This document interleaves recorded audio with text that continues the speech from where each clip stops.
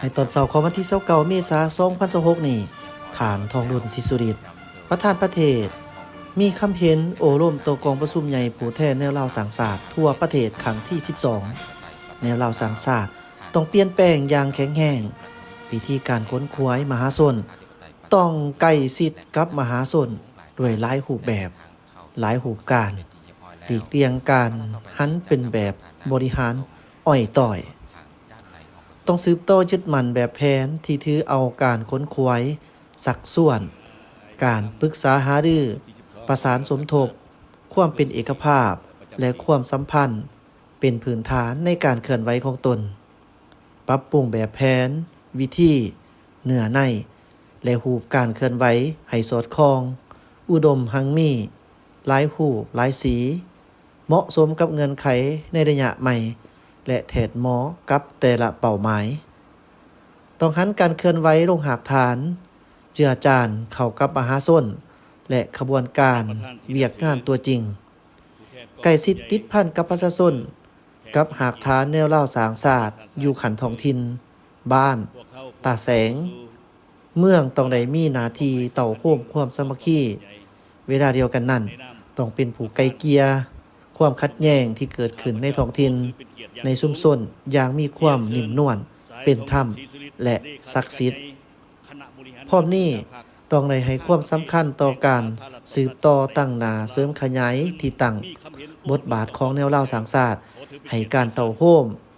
มหาสามัคคีเป็นปึกแผ่นของศาสตร์เสิร์ชสู้สติเป็นเจ้าเอกภาพเป็นอันหนึ่งอันเดียวยกสูงจิตใจเอกราชเป็นเจ้าตนเองกุ้มตนเองสร้างความเข้มแข็งด้วยตนเองเพิ่มทวีความรับผิดชอบของคนลาวต่อชะตากรรมของประเทศชาติบ่ให้อิทธิกำลังใดๆมาหม่างเพและทำลายได้ต้านบรรดาปัจจัยนอแหนงการสวยใส่ศาสนาปัญหาสิทธิมนุษย์ปัญหาประชาธิปไตยแบบจอมปลอมเข้ามาหม่างเพประเทศชาติเพื่อหันเอาแนวคิดของคนลาวเผ่าต่างๆไปสู่ความแตกแยกแบ่งสรรวรรณะแบ่งแยกความสามัคคีตั้งหน้าเขาร่วมในขบวนการสกัดกั้นบรรดา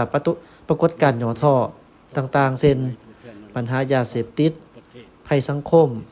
การสวยใส่ฐานะตำแหน่งเพื่อหาผลประโยชน์ส่วนตัวในทันแถวพนักงานการสอรัดบังหลวงการฟุ่มเฟือยและอื่นๆแนวเล่าสังศาสตร์และบรรดาองค์การจัดตั้งการเมืองสังคมต้องยกสูงความรับผิดชอบในการเสริมขยายบทบาทติดตามกวดกาเสียงสะท้อนสังคมในการพันขยายและจัดตั้งปฏิบัติแนวทางนโยบายรัฐธรรมนูญกฎหมายและระเบียบการต่างๆของรัฐเสริมขยายประชาธิปไตยในสังคมอย่างมีจุดสุมสร้างกลไกและระเบียบการส่งเสริมและรับประกันให้มหาชนได้เข้าร่วมกวดกาการเคลื่อนไหวของพรรคขององค์การรัฐติดตามกวดกาผู้ปฏิบัติหน้าที่และแจ้งข่าวให้การจัดตั้งอย่างทันการด้วยความเป็นจริงและเสนอทางออกด้วยความสร้างสรรค์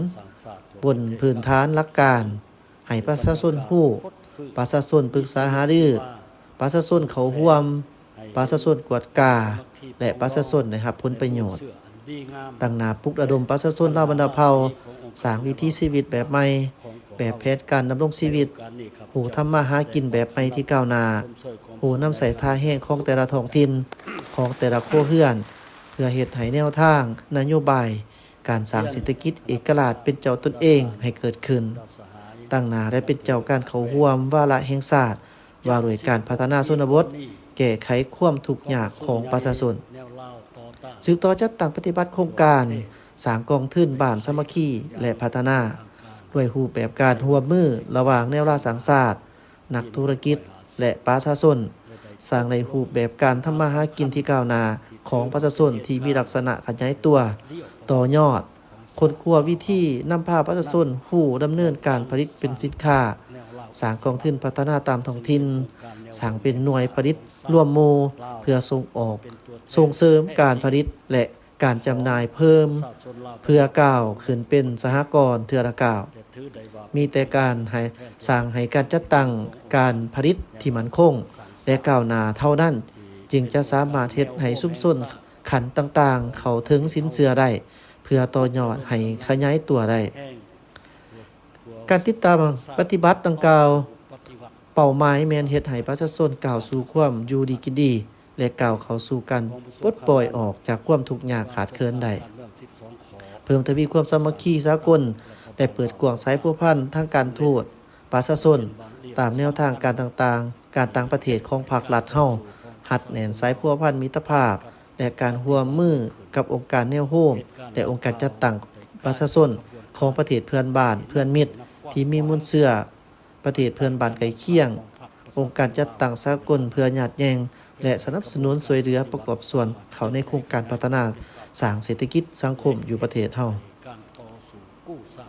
สำหรับแนวเราสร้างศาสตร์ขันท้องถิ่นต้องได้เพิ่มทวีสายพัวพันมิตรภาพความสามัคคีกับประชาชนประเทศเพื่อนบ้านที่มีชายแดนติดกับประเทศเฮาในใส่คนควายประชาชนปฏิบัติแนวทางนโยบายในการปกปักรักษาชายแดนเขตน้ำแดนดินของตนสร้างชายแดนแห่งสันติภาพมิตรภาพและการร่วมมือเพื่อการพัฒนาที่ต่างฝ่ายต่างก็ได้รับผลประโยชน์กับประชาชนประเทศที่มีชายแดนติดจอดกันเพื่อประกอบส่วนเขาในการเสริมสร้างสภาพแวดล้อมแห่งสันติภาพเสถียรภาพการร่วมมือเพื่อการพัฒนาส่งเสริมการไปมาหาสู่ระหว่างประชาชนให้ถูกต้องตามระเบียบเพื่อแลกเปลี่ยนวัฒนธรรมดึงดูดการลงทุนการค้าและการท่องเที่ยวให้นับมือนับหลายขึ้น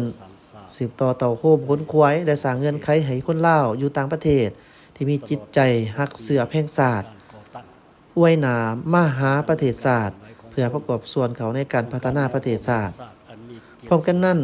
ก็ให้เอาใจใส่ปลุกระดมชาวต่างลาวชาวต่างประเทศที่ดำรงชีวิตทำมาหากินและปฏิบัติหน้าที่อยู่ประเทศของพวกเฮาให้รับรู้เข้าใจและเคารพระเบียบกฎหมายวัฒนธรรมหีดของประเพณีอันดีงามของลาวและมีความสามัคคีกับประชาชนชาวบรรณเผ่าทางประกอบส่วนเขาในภารกิจปกปักรักษาและสร้างสรรค์พัฒนาประเทศศาสตร์ของพวกเฮานมัสการพระอาจารย์ใหญ่พระเถระทุกพระองค์คณะประธานผู้แทนกองประชุมใหญ่และแขกที่มีเกียรติที่นับถือ เมื่อนี้ข้าพเจ้ารู้สึกเป็นเกียรติ และพิธีสมสื่นเป็นอย่างยิ่งที่ได้ถึกเชิญเข้าร่วมมีคำเห็นต่อกองประชุมใหญ่ผู้แทนในลาวสร้างชาติทั่วประเทศครั้งที่12ซึ่งเป็นเหตุการณ์การเมืองที่มีความหมายสำคัญยิ่งในนามในการทบทวนและการสืบต่อเพิ่มเติมเสริมขยายมูลเสื่อแห่งมหาสามัคคีและการสร้างกำลังแห่งสังรวมของถั่วพวงชนลาวทั้งชาติในภารกิจปกปักรักษาและพัฒนาประเทศชาติของพวกเขาในระยะใหม่ ในโอกาสนี้ข้าพเจ้าขอแสดงความย่อมยอชมเชยบรรดาสหายคณะกรรมการศูนย์กลางในลาวสร้างชาติก็คือคณะกรรมการแนวลาวสร้างชาติแต่ละขันที่ได้เอาใจใส่ห่างหากะเกียมด้านต่างๆอย่างตั้งหนาและจัดดำเนินกองประชุมใหญ่ผู้แทนในลาวสร้างชาติทั่วประเทศครั้งที่12โดยบรรยากาศฟดฟืดมีชีวิตชีวาส่องแสงให้เห็นความสามัคคีปองดองและมูลเสื่ออันดีงามและสง่าราศีขององค์การแนวลาวสร้างชาติของพวกเขาในโอกาสนี้ข้าพเจ้าขอแสดงความคำนับชมเชยความสุขใหญ่ครั้งนี้อย่างสุดอกสุดใจ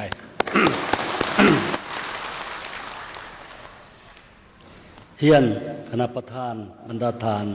บรรดาสหายที่นับถือหักแพง76 ปีก่อนนี้กองประชุมใหญ่แนวลาวต่อต้านทั่วประเทศได้ไขขึ้นอย่างเป็นทางการในวันที่13 สิงหาปี1950และได้ตกลงปัญหาสำคัญที่ถือว่าเป็นเหตุการณ์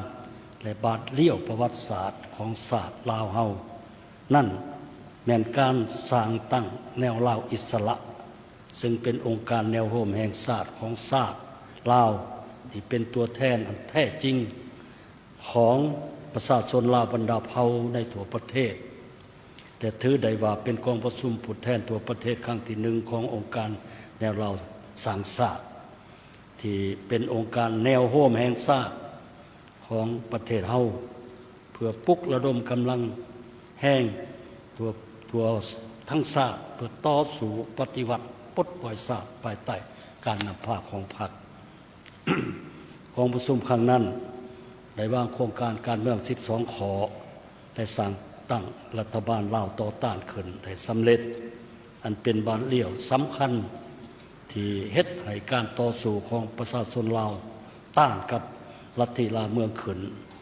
เหตุการณ์ดังกล่าวได้กลายเป็นขบวนการที่นับกว้างขวาง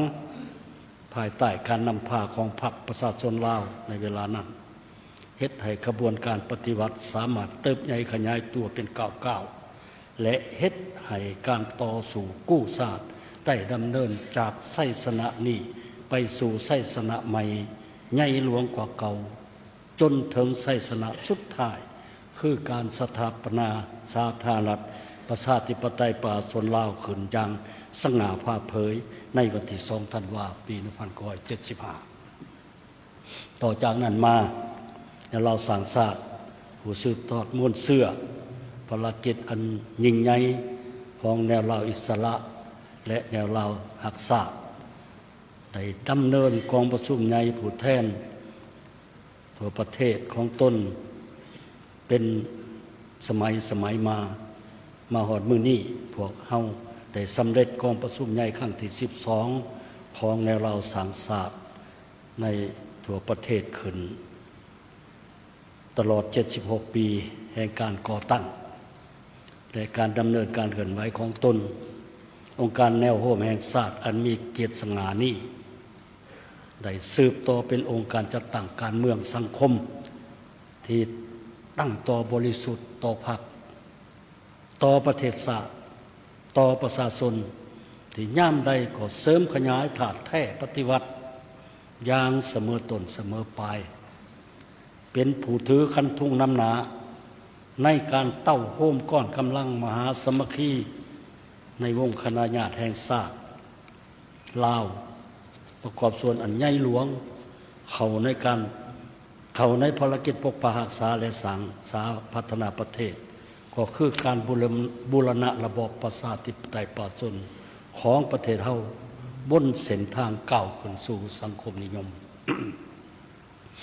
ในท่ามกลางบรรยากาศอันมีความหมายสำคัญนี้พวกเขามีความคิดคนึงหาแต่จดจำลำลึกปุ้นคุณความงามคุณงามความดีอันใหญ่หลวงของประธานไกรสอนพรหมวิหารประธานสุภานุวงศ์และบรรดาอดีตการนำบรรดาอดีตผู้นำที่เคารพฮักของพรรคและของศาสตร์เฮาที่ได้ร่วมกันริเริ่มบุกเบิกก่อสร้างและนำพาเวียงานแนวโฮมของประเทศเฮาพร้อมทั้งขอแสดงความหูบุญคุณอย่างสุดซึ่งต่อบรรดาสหายผู้นำภาครัฐบรรดาคณะนำและกรรมการในเราสร้างชาติทุกๆขันตลอดถึงพนักงานนักรบปฏิวัติผู้ทรงคุณวุฒิและป่าชนสันคนต่างๆที่ได้อุทิศตนเพื่อความเป็นเอกราชแห่งชาติและเพื่ออิสรภาพและความเจริญพัฒนาและความห่มเย็นเป็นสุขของประชาชนลาวบรรดาเผ่าซึ่งได้สร้างวิรกรรมอันล้ำเลิศไว้ให้รุ่นคนนี้และรุ่นคนต่อไปได้ดำรงชีวิตและทำมาหากินอย่างมีความสงบสันติในวันนี้และวันข้างหน้าต่อไป บรรดาทานแขกที่มีเกียรติที่นับถือฮักแพงทั้งหลายระยะ5 ปีผ่านมาถึงสภาพแวดล้อมของโลกได้มีการพันแปรอย่างไว้ว่าอย่างสับสนผลกระทบต่อสันติภาพเสถียรภาพและความมั่นคงอยู่ในโลกสภาพการของสากลดังกล่าวนั้นย่อมส่งผลกระทบอย่างหลีกเลี่ยงบ่ได้ต่อประเทศของพวกเฮานอกนั้นยังได้เผชิญหน้ากับความยุ่งยากทางด้านเศรษฐกิจการเงินอย่างหนักหน่วงหอบด้านรวมทั้งผลพวงจากการผลกระทบจาก การระบาดของโควิด -19 ในเวลาเดียวกันนั้นปัญหาหย่อท่อในสังคมก็เกิดขึ้นตามมาต่อภายในและต่อประชาชนทั่วประเทศแต่ภายใต้การนำพาของศูนย์กลางพรรคเราสังสาแต่ละขันได้ถือสำคัญได้เอาใจใส่สี่นำจัดตั้งเขื่อนไว้เวียงงานแนวโฮมของประเทศเฮาได้ที่ได้รับการปรับปรุงและขยายตัวอย่างนักแน่นซึ่งนอกจากการนำเอาบรรดาแนวทางมติคำสั่งของพรรคก็คือขอกำหนดกฎหมายต่างๆไปโฆษณาศึกษาอบรมให้ประชาชนบรรดาเผ่าที่มีความรับรู้เข้าใจและตื่นตัวเขาในการจัดตั้งปฏิบัติอย่างเป็นเจ้าการแล้วเราสังสาแต่ละขันได้ตั้งหน้าปฏิบัติพระบทบาทเป็นขั้นทุ่งเต้าห่วมความสมัคคีสร้างความเป็นปึกแผ่นของถั่วปวงชนลาวอย่างกว้างขวางได้เป็นเจ้าการได้เป็นใจกลางห่วมสัมพันธ์กับองค์การภาคีและภาคส่วนต่างๆในสังคมเพื่อเปิดกว้างปลุกระดม สร้างกำลังแห่งสังร่วมในถั่วสังคมเขาห่วมและสุขอยู่กันปกปักรักษาประเทศชาติและพัฒนาเศรษฐกิจสังคมการพัฒนาชนบทแก้ไขความทุกข์ยากและสร้างความหังมีของประชาชนบนจิตใจขอแข่งขันรักษาและการพัฒนาการสร้างครอบครัวและบ้านสามัคคีปองดองสุขยู่ส่งเสริมขยายสิทธิ์เป็นเจ้าของประชาชนและปกปักรักษาสิทธิผลประโยชน์อันชอบธรรมของประชาชนและอื่นๆทั้งหมดนั้นแต่ประกอบส่วนสำคัญเขาในการรับประกันในประเทศชาติมีเสถียรภาพทางการเมืองอันนักแน่นสังคมมีความสงบและเป็นระเบียบเรียบร้อยเศรษฐกิจถึงว่ามีความยุ่งยากแต่ก็สามารถผ่านพาไปได้และก้าวขึ้นได้ในบาทกล่าวสำคัญและเป็นกำลังแห้งให้แก่การสร้างท่วงท่าขยายตัวต่อเนื่องชีวิตการเป็นอยู่ทางด้านวัตถุและจิตใจของประชาชนได้รับการปรับปรุงยกระดับดีขึ้นเป็นก้าวๆประชาชนบรรดาเผ่ามีความสามัคคีเป็นปึกแผ่นทั้งมีความเสื่อมหมั่นต่อการนำพาของพรรคและรัฐในระดับที่แน่นอน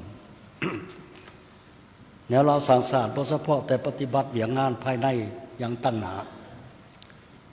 เท่านั้นแต่ยังได้เคลื่อนไหวการทูตประชาชนอย่างกว้างขวางตามแนวทางนโยบายการต่างประเทศของพรรคและรัฐเฮาเสริมขยายการพัวพันหัวมือระหว่างประชาชนกับหลายประเทศประกอบส่วนสำคัญเขาในการสร้างความเข้าอกเข้าใจซึ่งกันและกันกับนานาประเทศสร้างได้ความไว้เนื้อเสือใจและสามารถเป็นกำลังแห่งญาติแห่งการช่วยเหลือสนับสนุนภารกิจปกปักรักษาและพัฒนาประเทศชาติของพวกเราได้เป็นอย่างดีผลงานสำคัญที่พ้นเด่นอันหนึ่งแม่นการพัวพันที่กว้างขวางกับพี่น้องคนเสื้อสาลาวที่ดำรงชีวิตอยู่ต่างประเทศเพื่อสร้างความเข้าใจที่ถูกต้องต่อนโยบายของพรรคและรัฐเฮาเฮ็ดให้เขาเจ้าเห็นความเป็นจริงของการพัฒนาของประเทศเฮาและวายหนามาหาประเทศชาตินับมือนับหลายขึ้นผลสำเร็จดังกล่าวแม่นย้อนคณะกรรมการศูนย์กลางในเราสังสาสที่ติดพันกับ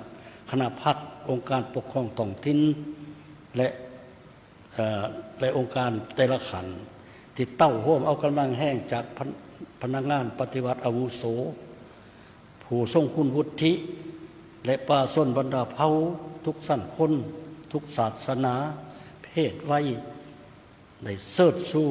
น้ำใจหักษา มีความสมัคคีเป็นจิตหนึ่งใจเดียวกันพร้อมกันประกอบส่วนอย่างตั้งหนา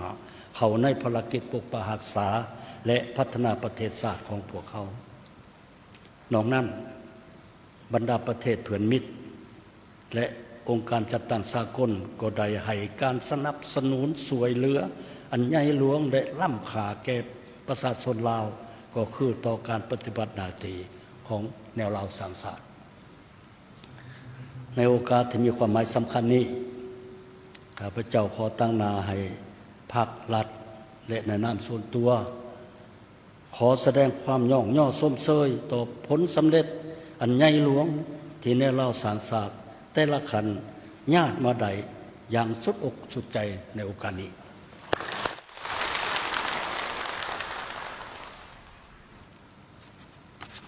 เฮียนคณะประธานบรรดาทานบรรดาสหายแขกที่มีเกียรติที่ฮักแพงและนับถือทั้งหลายพวกเขามีความเอกอ่างทะนงใจต่อผลสำเร็จที่ญาติมาได้แต่พร้อมเดียวกันนั่นก็ต้องเห็นแจ้งนำกันว่าเวียกงานแนวโฮมของประเทศเฮาก็ยังมีหลายด้านและมีหลายปัญหาที่จะต้องได้เพิ่มทวีปรับปรุงและยกระดับขึ้นตืมเพื่อให้เทียมทันกับความมีข้องต้องการของการเล็งท่วงของสภาพการปัจจุบันและต่อหน้าซึ่งรายละเอียดได้ส่องแสงออกจากอย่างละเอียดลึกซึ้งสมควรแล้วในรายงานการเมืองของกองประชุมใหญ่ที่ผ่านไปมื้อวานนี้และกองประชุมได้รับห้องเอาแล้วนั้นข้าพเจ้ามีความเห็นดีเป็นเอกภาพสูงต่อความตัดสินใจที่จะบุกบื้นสู่ส้นซึ่งได้มีการกำหนดในบรรดาขาดไม้ใหญ่ทิศทางนาทีเวียกละเอียดแต่ละด้านในสุ่มปีต่อหน้าร่วมทั้งแผนพัฒนาแนวลาวสร้างชาติที่ได้เสนอไปเมื่อวานนี้บรรดาทานบรรดาสหายที่ฮักแพงทั้งหลายประเทศชาติของพวกเฮาพ่วมได้รับการพัฒนาอย่างต่อเนื่องภายใต้กระแสแห่งการพัฒนาและการเชื่อมโยงการหันเป็นดิจิทัลที่ดำเนินไปในขอบเขตทั่วโลกขณะเดียวกันนั้นในเงื่อนไขสภาพแวดล้อมทั้งของภาคพื้นและสากลที่มีการเปลี่ยนแปลงอย่างว่องไวซับซ้อนสลับซับซ้อนและมีความล่อแหลมหลายประการที่เป็นภัยข่มขู่ต่อสันติภาพและเสถียรภาพและความมั่นคงของโลกเวลาเดียวกันนั้นก็ส่งผลกระทบต่อการพัฒนาเศรษฐกิจสังคมและชีวิตการเป็นอยู่ของประชาชนในโลกและของในประเทศของพวกเราเป็นต้นวิกฤตการทางด้านพลังงานการขาดแคลนน้ำมันเสื่อไฟและอื่นๆซึ่งเป็นสิ่งท้าทายทดสอบที่ทั่วพักทั่วกำลังประกอบอาวุธและทั่วปวงชนเฮาต้องได้บุกปื้นสู่ส้นผ่านพาไปให้ได้เพื่อบรรลุขานหมายที่กองประชุมใหญ่ครั้งที่12ของพรรคเฮาได้วางออกนั่นแมนโครงการกองประชุมใหญ่ครั้งที่12ได้รับห้องเอาโครงการการเมืองของพรรคฉบับที่3แล้วได้วางวิสัยทัศน์หน้าที่ยุทธศาสตร์ของการปฏิวัติเส้นทางก้าวเดินของประเทศชาติตอนปี2055สู่ส้นในประเทศของพวกเราเป็นประเทศกำลังพัฒนาที่มีรายรับปานกลางและสูงขึ้นยับเข้าใกล้ประเทศที่มีรายรับสูง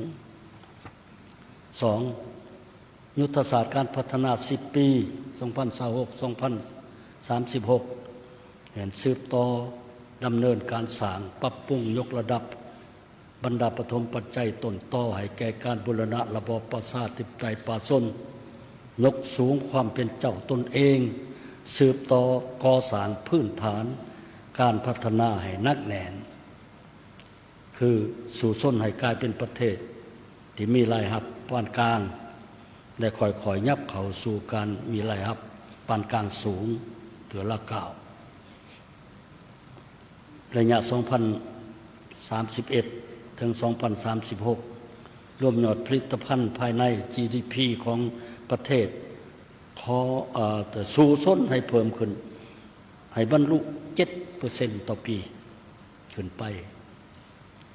เก็บรายรับให้บรรลุได้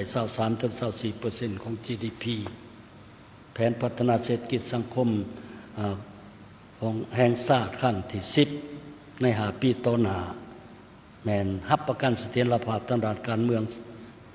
สังคมทางด้านการเมืองสังคมเอกราชอำนาจธิปไตยได้รับการปกปักรักษาอย่างมั่นคงหลุดพ้นออกจากสถานภาพประเทศด้อยพัฒนายกระดับการแก้ไขความทุกข์ยากของประชาชนให้เป็นวาระแห่งชาติสู่ส้นให้อัตราความทุกข์ยากลดลงยังเหลือตัวเลขเดียวอัตราเติบโตของรวมยอดผลิตภัณฑ์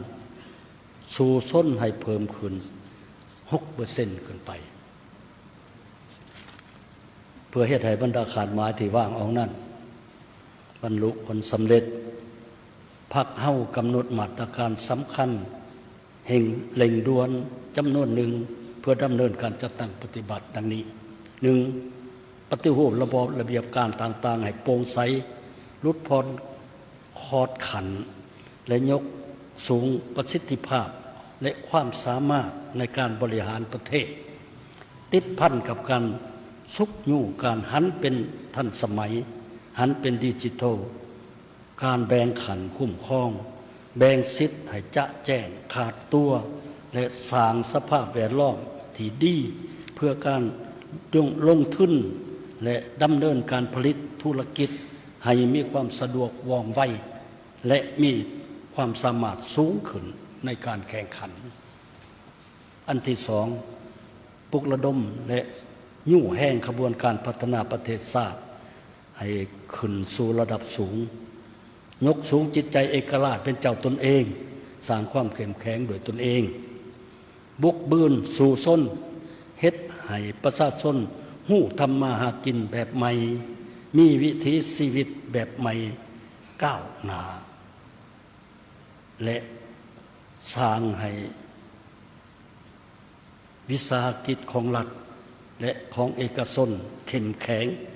ไปตามๆกันและหังมีขึ้น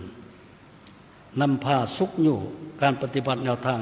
ก่อสร้างเศรษฐกิจเอกราชเป็นเจ้าตนเองอย่างแข็งแรงสร้างทวงถาในการพัฒนาที่ยืนยงเสื่อมโยงกับสากลหันเปลี่ยนจากสังคมส้มไส้ไปสู่สังคมแห่งการผลิตให้ได้เป็นรูปธรรมอันที่สามเปลี่ยนแปลงใหม่หอบด้านอย่างงานคุ้มครองและแน่ใสยกสูงประสิทธิผลการขุดค้นและนำใส่แรงทรัพยากรธรรมชาติเป็นต้นแม่นคงเขตบ่อแห่ทรัพยากรน้ำที่ดินให้กลายเป็นการผลิตที่ยืนยงเพื่อทวีการบริหารที่ดีสร้างความโปร่งใสต้านสกัดกั้นการส่อลาดบังหลวงและอื่นๆอีกซึ่งได้กำหนดไว้ในมติของกองประชุมใหญ่และมาตรการต่างๆที่ได้ระบุไว้ในมติของกองประชุมศูนย์กลางครั้งที่2นัดมาแล้วบนจิตใจดังกล่าวนั้นแนวเราสร้างทราบแต่ละขันต้องตั้งหนาเสริมขยายบทบาท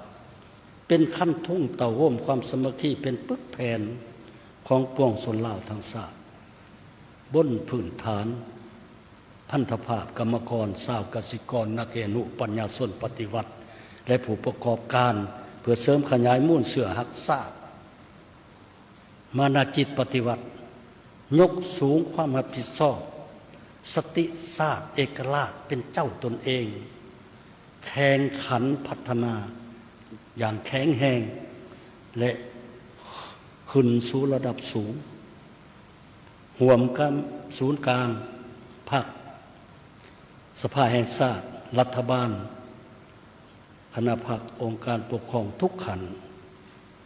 นำพาสี่นำและบัญชาการจัดตั้งปฏิบัติตัวจริงอย่างเป็นเจ้าการเอกภาพและแท้ถึงเพื่อจัดตั้งปฏิบัติคาดหมายสู่ส้นดังกล่าวให้ปรากฏผลเป็นจริงโดยต้องเอาใจใส่บางด้านดังนี้หนึ่งเวลานี้ยิ่งกว่าเวลาใดหมดพวกเขาต้องให้ความสำคัญต่อการสืบต่ออย่างตั้งหนาในการเสริมขยายที่ตั้งบทบาทของแนวเราสร้างศาสตร์ในการเต่าโฮมความสมัครที่เป็นปึกแผ่นของศาสตร์เสริฐสู้สติเป็นเจ้าความเป็นเอกภาพเป็นอันหนึ่งอันเดียวยกสูงจิตใจเอกราชเป็นเจ้าตนเองกลุ่มตนเองสร้างความเข้มแข็งด้วยตนเองเพิ่มทวีความรับผิดชอบของคนลาวต่อศาสตรกรรมของประเทศชาติบ่ให้อิทธิกำลังใดๆมาม่าเพแต่ทำลายได้ต้านบรรดานอแหนงการสวยไส้ศาสนาปัญหาสิทธิมนุษย์ปัญหาประชาธิปไตยแบบจอมปลอมเข้ามามั่งเพประเทศศาสตร์ของพวกเขาเพื่อหันเอาแนวคิดของคนลาวเผ่าต่างๆไปสู่ความแตกแยกการแบ่งสรรวรรณะแบ่งแยกความสามัคคีตั้งนาเขาห่วมในขบวนการ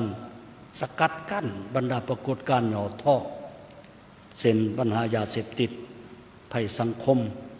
การสวยใส่ฐานะตำแหน่งเพื่อผลประโยชน์ส่วนตัวในทันแถวพนักงานและการส่อหลาดบังหลวงการฟุ่มเฟือยและอื่นๆอันที่สองในเราสร้างชาติและบรรดาองค์การจัดตั้งการเมืองสังคมต้องยกสูงความรับผิดชอบในการเสริมขยายบทบาทติดตามกวดกาเสียงสะท้อนของสังคมในการผันขยายและการจัดตั้งปฏิบัติแนวทางนโยบายรัฐธรรมนูญกฎหมายและระเบียบการต่างๆของรัฐเสริมขยายประชาธิปไตยในสังคมอย่างมีจุดสุมสร้างกลไกและระเบียบการส่งเสริมและรับประกันให้มหาชนได้เข้าร่วมกวดก้าการเคลื่อนไหวของพรรคขององค์การรัฐติดตามกวดก้าผู้ปฏิบัติหน้าที่และแจ้งข่าวให้การจัดตั้งอย่างทันการด้วยความเป็นจริงและเสนอออกด้วยความสร้างสรรค์บนพื้นฐานหลักการให้ประชาชนรู้ประชาชนปรึกษาหารือประชาชนเข้าร่วมประชาชนกวดกาและประชาชนได้รับผลประโยชน์ 3. แนวเราสร้างศาสตร์ต้องเปลี่ยนแปลงอย่างแข็งแรงวิธีค้นขวายมหาชนด้วยหลายรูปแบบหลายรูปการหลีกเลี่ยงการหันเป็นแบบบริหารอ่อยต่อยต้องสืบต่อยึดมั่นแบบแผนที่ถือเอาการค้นขวายสัดส่วนการปรึกษาหารือการประสานสมทบความเป็นเอกภาพและห่วมสัมพันธ์เป็นพื้นฐานในการเคลื่อนไหวของตนปรับปรุงแบบแผนวิธีเนื้อในและรูปการเคลื่อนไหวให้สอดคล้องอุดมหังมีหลายรูปหลายสีเหมาะสมกับเงื่อนไขในระยะใหม่ที่แท้เหมาะกับแต่ละเป้าหมายต้องหันการเคลื่อนไหวการลงหลักฐานเจือจานเขากับมหาชนแต่ขบวนการในเวียกงานตัวจริงใกล้ชิดกับประชาชนกับหลักฐานแนวเราสร้างศาสตร์จูแต่ละท้องถิ่น บ้านตาแสงเมืองต้องได้มีหน้าที่เต้าโฮมความสมัคคีเวลาเดียวกันนั้นต้องเป็นผู้ไกลเกลี่ยความขัดแย้งที่เกิดขึ้นในท้องถิ่นในชุมชนอย่างมีความนิ่มนวลเป็นธรรมและศักดิ์สิทธิ์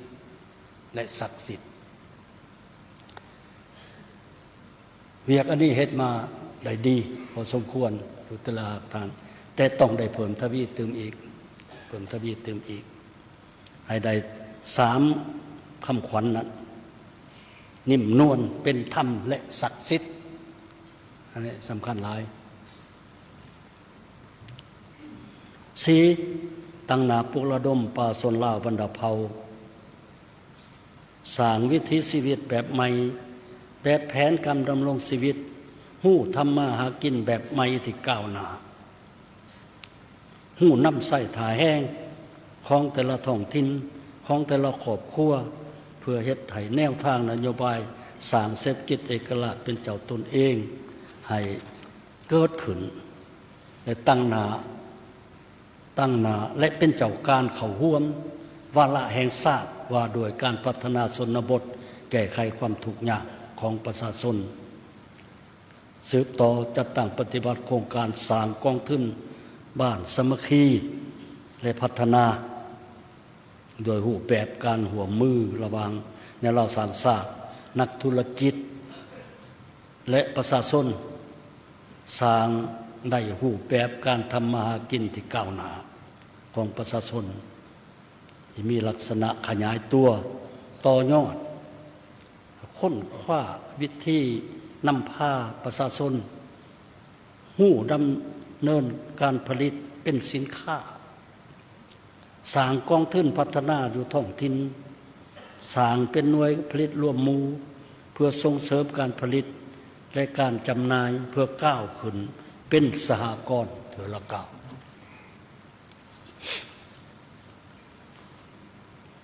มีแต่การสร้างให้การจัดตั้งการผลิตที่มั่นคงให้มีการจัดตั้งการผลิตที่มั่นคงและก้าวหน้าเท่านั้นจึงสามารถเฮ็ดให้ชุมชนสั้นคนต่างๆเข้าถึงสินเชื่อได้เพื่อต่อยอดให้ขยายตัวได้การปฏิบัติทิศดังกล่าวนั้นเป้าหมายแม่นเฮ็ดให้ประชาชนก้าวสู่ความอยู่ดีกินดี